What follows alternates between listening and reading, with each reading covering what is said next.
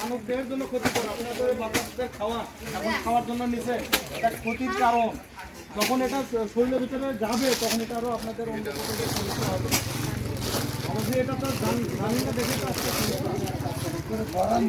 বাবু ভাই সাইডে যাও, তৈরি হয় যেখানে তৈরি হচ্ছে তার একদিনের প্রোডাকশনও নাই,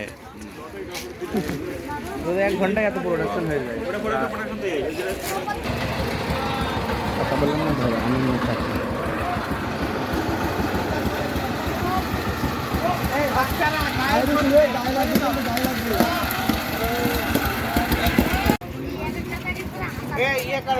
দরকার নেই, ওরা ছেড়ে দেন দু বদলি করে এই উনি চল যাক।